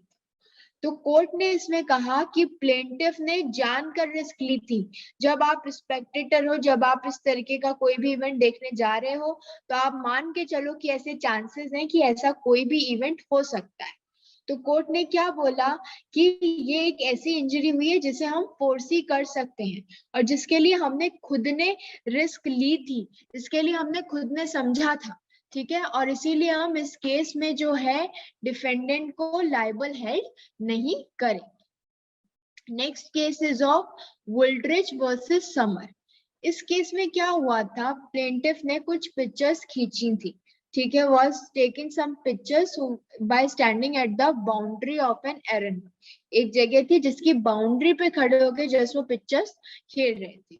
डिफेंडेंट का जो हॉर्स था, ठीक है, वो अचानक से अजीब हो गया, ठीक है, गैलॉप्ड एट द प्लेंटिफ, ठीक है, प्लेंटिफ पे एकदम दौड़ा और उसकी वजह से जो प्लेंटिफ है वो डर गया और fail into the horses course, ठीक है, हॉर्स के कोर्स के अंदर गिर गया और उसकी वजह से उसे काफी चोट लग गई।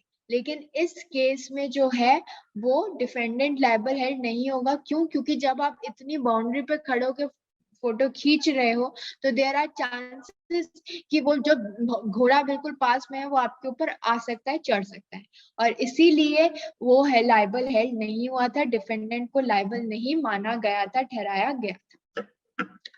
Next case is of Illott versus Wilkes, ठीक है, इसमें क्या हुआ था, एक ट्रेसपासर जो था वो उसे इंजरी हो गई थी, वो किसी के घर में घुसा और उस घर में स्प्रिंग गन्स प्रेजेंट थी, ठीक है, डिफेंडेंट की लैंड में स्प्रिंग गन्स प्रेजेंट थी और उस वजह से ट्रेसपासर को इंजरी हो गई, ठीक है। अब ये वैसे तो देखा जाए कि उसने नोइंगली रिस्क लिया, ठीक है, इंजरी सफर हुई, ठीक है, but this was not actionable, ठीक है, क्यों? क्योंकि डिफेंडेंट वाज नॉट लायबल, क्योंकि आप घुसे ही क्यों थे बिना पूछे उस घर में, आप क्या करने गए थे, ठीक है, तो इसीलिए वो लायबल हेल्ड नहीं हुआ था, ठीक है। तो I hope this particular defense, that is voluntary non-fit injury and act of God, both the defenses are clear।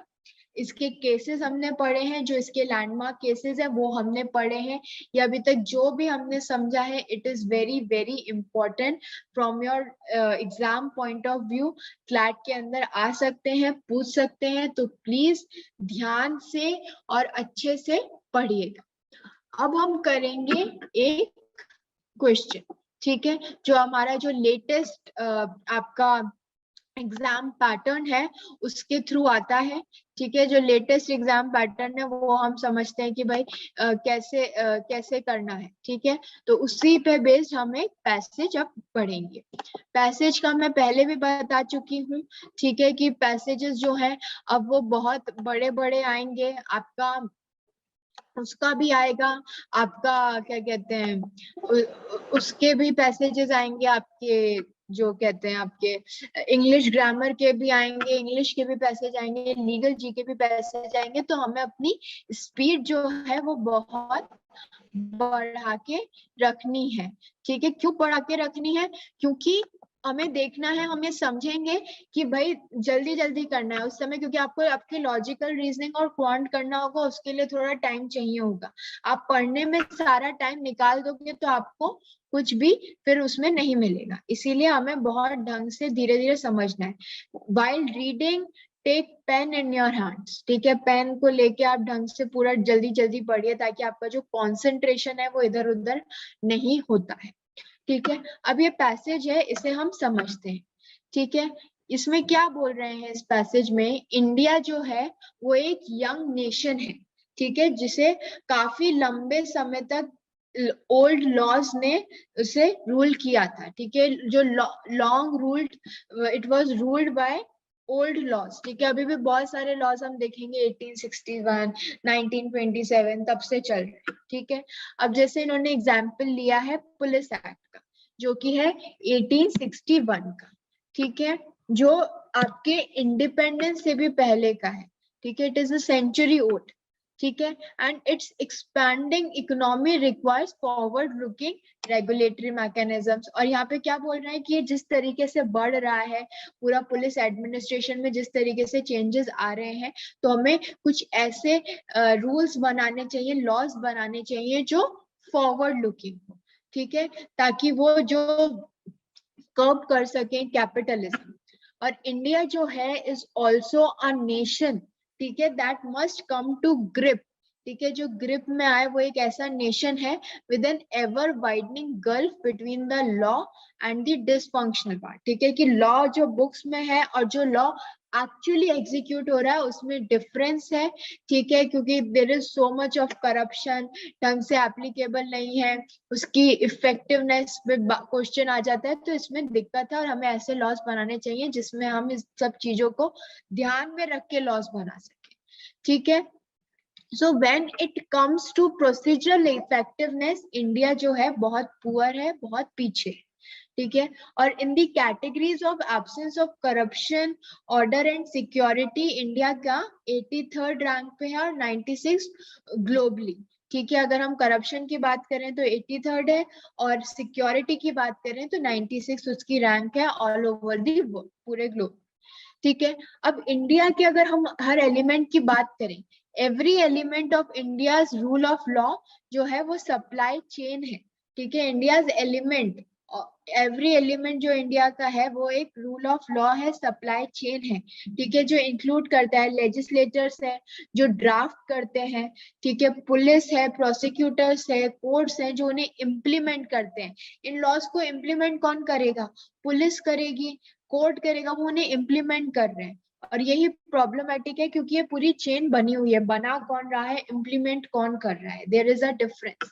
ठीक है, सो दिस सप्लाई चेन, ठीक है, the supply chain never was never strong to begin with. ठीक है, कभी भी बहुत strong नहीं थी। ठीक है, it was never strong to begin with. ठीक है, and has become deeply broken, threatening. ठीक है, ब्रोक हो गई है, थ्रेटन हो गई है। ठीक है, इसमें रूल ऑफ लॉ है वो है बहुत प्रॉब्लमेटिक हो गई है। So this countries legal understanding जो है वो बैडली आउटमोडेड है, पुरानी है। ठीक है, ये कॉन्स्ट्रेन है, काफी कॉन्स्ट्रेन है इसमें by a tendency to pass new laws. ठीक है, क्योंकि नए लॉज पास होने में इतना टाइम लगता है, पहले लेजिस्लेचर होता है, दोनों हाउसेस बैठते हैं, उसे पास करते हैं, और बहुत सारा कॉन्स्ट्रेन है। ठीक है, तो we need to modify and eliminate the old laws, जो कि जैसे कि इसमें एग्जांपल लिया है पुलिस एक्ट का। जो वीक लॉज हैं, ठीक है, उनका वीकर एनफोर्समेंट है। ठीक है, जो जो है ना आपका गड़बड़ करते हैं, जिनका एप्लीकेशन गड़बड़ है। ठीक है, इंडिया जो इन्वेस्टिगेटिव एजेंसीज हैं वो काफी पॉलिटिसाइज्ड हो गई हैं, वो पॉलिटिकल पार्टीज के अकॉर्डिंग चलती हैं। ठीक है, वो लैक करती हैं, किसी हर तरीके का इंफ्रास्ट्रक्चर, रिसोर्सेज, लीडरशिप उनके पास नहीं है। और जुडिशरी के पास दो बहुत सारे ब्राइट स्पॉट्स हैं। ठीक है, जैसे सुप्रीम कोर्ट है, क्योंकि हम कहते हैं कि हमारी इंडियन जुडिशरी जो है इंडिपेंडेंट है, बट स्टिल वो काफी सारे चैलेंजेस फेस करती है। ठीक है, क्योंकि बहुत बैकलॉग्स हैं, पुराने लॉज हैं, वो सब कुछ। ठीक है, so for far too long reform of India's legal institution has been seen as a second order issue। ठीक है, जो कि क्रिटिकल है, हमें इकोनॉमिक मेजर से भी डील करना है और ये सब कुछ। सो दिस सीक्वेंसिंग जो है वो शॉर्ट साइटेड है। ठीक है, रूल ऑफ लॉ जो है वो स्वाइन क्वा नॉन है। ठीक है, because it is sustaining the economic activity and for upholding democracy it's. ठीक है, फिर क्या बोल रहे हैं कि ये जो काफी सारे जो रिफॉर्म्स हैं दे आर रिकमेंडेड।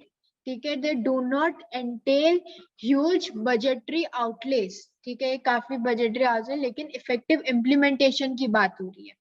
ठीक है, हायर कोर्ट फीस की बात हो रही है। जब हम बात करते हैं अपील की, in the cases of appeal, ठीक है, they can help to address resource shortfalls. ठीक है, तो यहाँ पे इनका मेन मुद्दा अगर हम पूरा समझेंगे तो क्या है, that it is the time for India कि वो रूल ऑफ लॉ की मशीनरी में इन्वेस्ट करे, नए लॉज बनाए, जो पुराने लॉज हैं, जो आउटडेटेड लॉज हैं, उन्हें मॉडिफाई करे। चेंजेस हैं वो बहुत जरूरी हैं, they will give a dramatic impact. और यही सब बातें जो है उसमें इस पूरे जो आप ये पूरा पैसेज इसमें गिवन है। अब हम बात करेंगे इसमें क्वेश्चंस की जो उन्होंने पूछे हैं। ठीक है, कि वो क्या बोल रहे हैं, इस पे बेस्ड क्वेश्चंस क्या क्या आएंगे।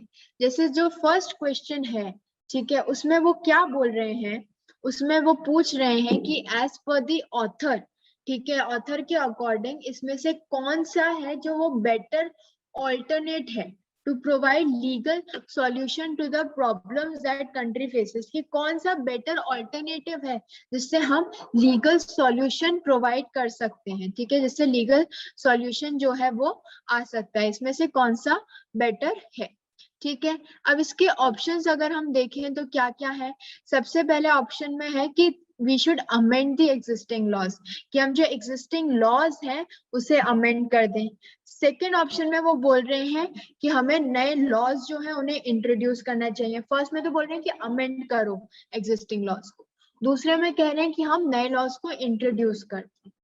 सी में कह रहे हैं कि जो पुराने ओल्ड लॉज हैं उन्हें रिपील कर दें, और डी ऑप्शन में दे रहे हैं कि दोनों अमेंड भी करें और पुराने लॉज को रिपील भी करें। अब हमने ऊपर देखा, ऊपर इस पर्टिकुलर पूरे पैसेज में देखा, इस पैसेज की जो लाइंस है 13th और 15th लाइंस जो है इस पैसेज में, वो मेंशन करती हैं the tendency that the tendency has been to pass new laws rather than to modify the same by way of amendment or repeal. Hence, the author has suggested that existing laws should be modified. ठीक है, existing laws should be modified और जो पुराने वाले हैं old ones must be removed. ठीक है, but introducing new laws every time is not a solution. हम हर बार नए laws लाना solution नहीं है, हमें amend करना चाहिए, हमें पुराने laws को repeal करना चाहिए। इसीलिए your correct answer will be option D, both A and C. Okay, now next question is that the following court is not competent to perform required tasks according to the passage. वो क्या बोल रहे हैं कि जो court है, ठीक है, जिन कोर्ट्स की हम बात कर रहे हैं इसमें से कौन सा कोर्ट जो है वो कॉम्पिटेंट नहीं है कि जो required to perform required task, ठीक है, जो रिक्वायर्ड टास्क जो जरूरी है अकॉर्डिंग टू द पैसेज, इसमें से कौन सा कोर्ट जो है वो कॉम्पिटेंट नहीं है। अब इसके अंदर ऑप्शंस क्या है, सबसे पहले बोल रहे हैं कि all courts except high court, सारे कोर्ट्स जो है वो इनकॉम्पिटेंट इज नॉट इनकॉम्पिटेंट। ठीक है, कौन सा कोर्ट इनकॉम्पिटेंट नहीं है। ठीक है, तो पहला ऑप्शन है all courts except high courts. Second option is all tribunals and courts of sessions only. C option है all courts except Supreme Court, और डी ऑप्शन है all courts on the whole. अगर हम ये पूरा पैसेज पढ़ें और इसका हम अगर कंक्लूजन निकालें तो इसमें क्या है, that there is express mention that courts on the whole face multiple challenges and even Supreme Court is included in it for facing those challenges, क्योंकि इसमें सबसे बड़ा एग्जाम्पल ही सुप्रीम कोर्ट का लिया था। इसलिए the correct option will B D, कि all courts on the whole they are facing the challenges। ठीक है, नेक्स्ट क्वेश्चन इज, इसमें क्या बोल रहे हैं कि which of the following appears to be the main aim of the author, इसमें से कौन सा ऑप्शन ऐसा है जो ऑथर का मेन एम है इस पैसेज का वो डिटरमाइन करता है। तो पहला ऑप्शन है टू एस्टैब्लिश मोर कोर्ट्स, ठीक है, कि हम ज्यादा से ज्यादा जो कोर्ट्स हैं उसे एस्टैब्लिश करें at diverse locations across the country, अलग अलग लोकेशंस पे। बी ऑप्शन बोल रहा है कि हम नए रिकमेंडेशंस के ज्यादा रिकमेंडेशंस और इम्प्रूव जुडिशियल सिस्टम लाएं कंट्री के अंदर। सी ऑप्शन है to implement the suggestions for judicial reforms, कि हम जुडिशियल रिफॉर्म्स के लिए जो सजेशंस है उन्हें इम्प्लीमेंट करें। एंड डी ऑप्शन है इसमें से कुछ भी। तो अगर हम देखें, the main aim of this passage is to give suggestion, to give a suggestion that recommendation जो है, जो रिकमेंडेशंस आ रही हैं that are made for judicial reforms, उसे हम इम्प्लीमेंट करें। और पैसेज की जो आपकी अगर आप देखोगे जो लास्ट फ्यू लाइंस हैं, ठीक है, they concern to the effectively implement the recommendations that are made. ठीक है, जो रिकमेंडेशंस करी जा रही है उनका इफेक्टिव इम्प्लीमेंटेशन की बात हो रही है। सो दस द पर्पस, ठीक है, thus the purpose is to make recommendations or suggestions to change the system ठीक है, उससे सिस्टम को चेंज करने की, but to implement those policies जो एक्चुअली में अभी है, जिनके ऊपर अग्रीमेंट हो चुका है उसके लिए। And that's why the correct answer will be option C. ठीक है, सी जो होगा वो आपका करेक्ट ऑप्शन होगा। नाउ नेक्स्ट क्वेश्चन में वो बात कर रहे हैं कि इस पैसेज के अकॉर्डिंग इसमें से कौन सा ऑर्गन है, ठीक है, organ of judicial system in India जो सबसे ज्यादा सफर करता है फ्रॉम द इफेक्टिव इम्प्लीमेंटेशन। क्या वो पॉलिसिंग है, क्या वो आर्बिट्रेटर्स हैं, क्या वो लॉयर्स हैं, क्या वो कॉर्पोरेट्स हैं। ठीक है, तो अगर हम बात करें, पैसेज की शुरुआत में उन्होंने बोला था that there is a problem with the policing as the police जो है वो गवर्न हो रहे हैं अभी भी ओल्ड लॉ से। ठीक है, और न, बाकी किसी भी ऑप्शन में पॉलिसिंग की बात नहीं हो रही है, पॉलिसिंग की सिर्फ एक ही ऑप्शन में बात हो रही है और वो ऑप्शन है आपका ऑप्शन ए। तो करेक्ट ऑप्शन विल बी ए। ठीक है, नाउ नेक्स्ट क्वेश्चन 18 जो है, एक सेकेंड, जो क्वेश्चन 18 है वो आपका बात कर रहा है कि इसमें से कौन सा, which of the following can be inferred, उसे इन्फर किया जा सकता है, समझा जा सकता है मोस्ट रीजनेबल। ठीक है, जो हमारा पैसेज है, opening statement of the passage, जो स्टार्टिंग की लाइंस है, उसमें हम किस चीज को बहुत इजीली इन्फर कर सकते हैं, रीजनेबली इन्फर कर सकते हैं, एंड क्या which is also stressed upon through out the passage. ठीक है, एज द सेंट्रल थीम। तो इसके अंदर अगर हम देखें तो थ्रू द स्टेटमेंट, ठीक है, the state through out this particular statement जो है, अगर हम पूरा देखें तो फर्स्ट ऑप्शन क्या है, that ineffective and failed system of investigation agency, जिसमें वो पुलिस की बात कर रहे हैं। सेकेंड ऑप्शन में बात कर रहे हैं lack of updation and procedural application of laws की। ठीक है, कि अपडेट नहीं हो रहे हैं, there is no procedural application, laws procedural applicable नहीं है। सी ऑप्शन है बोथ ए एंड बी की, और D option is none of the above. ठीक है, तो अगर हम देखें ये जो स्टेटमेंट है, ये जो गिवन है, तो अगर हम ए स्टेटमेंट देखें, ठीक है, this is which is given in the opening lines of the passage, लेकिन ये जो सेम है, ये जो सेम लाइंस है, it is not found through out the passage. ठीक है, ओपनिंग लाइन में वो जरूर बात कर रही है पुलिस की और एवरीथिंग, लेकिन पूरे पैसेज में इसकी बात नहीं हो रही है। ठीक है, ये सेंट्रल थीम नहीं है इस पैसेज का। द क्वेश्चन जो है, जो पूरा क्वेश्चन है, that looks for an idea, ठीक है, which is persistently found in the entire passage, जो पूरे पैसेज का थीम है, बेसिक थीम है। ठीक है, जो बता रहा है मेन ऑब्जेक्टिव को, कि पैसेज का मेन ऑब्जेक्टिव क्या है। तो अगर हम पूरा ध्यान से पढ़ें तो हम समझ सकते हैं that the idea of constantly being supported is to address the problem of old और इनएफेक्टिव प्रोसीजरल लॉस। ठीक है, कि लॉस जो है वो पुराने हैं, ठीक है, वो इफेक्टिव नहीं है।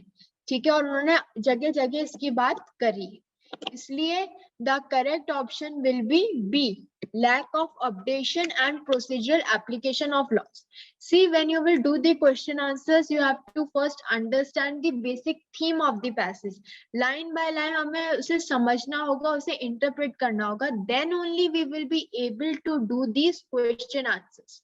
इसे पूरा ढंग से, ध्यान से हमें समझना होगा, पूरे आपके पैसेज को हमें पूरा इंटरप्रेट करना होगा कि क्या पैसेज कहना चाहता है, क्या पूरे पैसेज की एंटायर थीम है, सेंट्रल थीम क्या है इस पर्टिकुलर पैसेज की। Next question is the sign को नॉन इन द पैसेज जो है, उससे क्या हम समझते हैं। ठीक है, तो उससे हम ये समझते हैं, इसमें ऑप्शन है कि क्या ये नॉन रेलेवेंट है, या क्या ये नॉट असेंशियल है, या ये असेंशियल है, क्या ये prejudicial. So the meaning of the term sine qua non, it can be derived from the context, ठीक है, in which it is being used। ठीक है, किस कॉन्टेक्स्ट में हम इसे यूज कर रहे हैं इस पर्टिकुलर पैसेज में, उससे हमें इसे समझना है।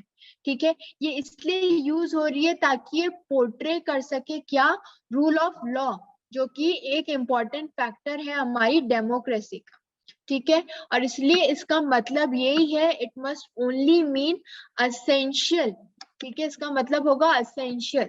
ठीक है, क्योंकि ये क्या पोर्ट्रे कर रही है, it is used to portray the rule of law which is an important factor for the democracy। ठीक है, उसी को ये यूज कर रही है। ठीक है, तो ये आपके क्वेश्चन थे, ये पैसेज था जो हमने आज आपका डिस्कस किया।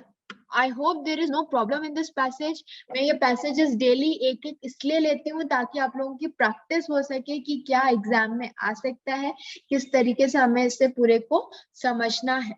ठीक है, please go through this whole class. इस क्लास को पूरा समझिए, कोई भी प्रॉब्लम है then we can discuss those problems in the next class. ठीक है, डेली आप लोगों की क्लासेस होती हैं, लीगल एप्टीट्यूड की भी और बाकी लोगों बाकी सब्जेक्ट्स की भी। So please go through it, ढंग से करिए, पूरा डिवाइड करिए अपना टाइम। ठीक है, कि आपको कब क्या करना है। इट्स नॉट लाइक कि सिर्फ हमें एक ही सब्जेक्ट पढ़ना है, सारे करने हैं। अगर मैं बात करूं लॉजिकल रीजनिंग की, अगर मैं बात करूं क्वांट की या मैथ्स की, इट रिक्वायर्स प्रैक्टिस। ठीक है, तो आपको रोज एक एक घंटा दोनों को पढ़ना चाहिए। ठीक है, लास्ट 30 डेज पढ़े if you want to crack it. आप लोगों को 7-8 घंटे की स्टडी रिक्वायर्ड है। ठीक है, जो लोग अभी स्टार्ट कर रहे हैं पढ़ना फ्रॉम दिस टारगेट कोर्स, उनको 7-8 घंटे की स्टडी रिक्वायर्ड है ये सब समझने के लिए, करने के लिए, क्योंकि लॉजिकल रीजनिंग पॉइंट के लिए प्रैक्टिस की जरूरत है, लीगल एप्टीट्यूड समझने के लिए आपको एप्टीट्यूड की जरूरत है। तो ये हमें पढ़ना है, और जी के हमें कंटिन्यूअसली पढ़ते ही रहनी है, स्टैटिक जीके भी और करंट अफेयर्स भी। Okay, so that's it for today. I hope this class was helpful to all of you. So that's it for today. Thank you.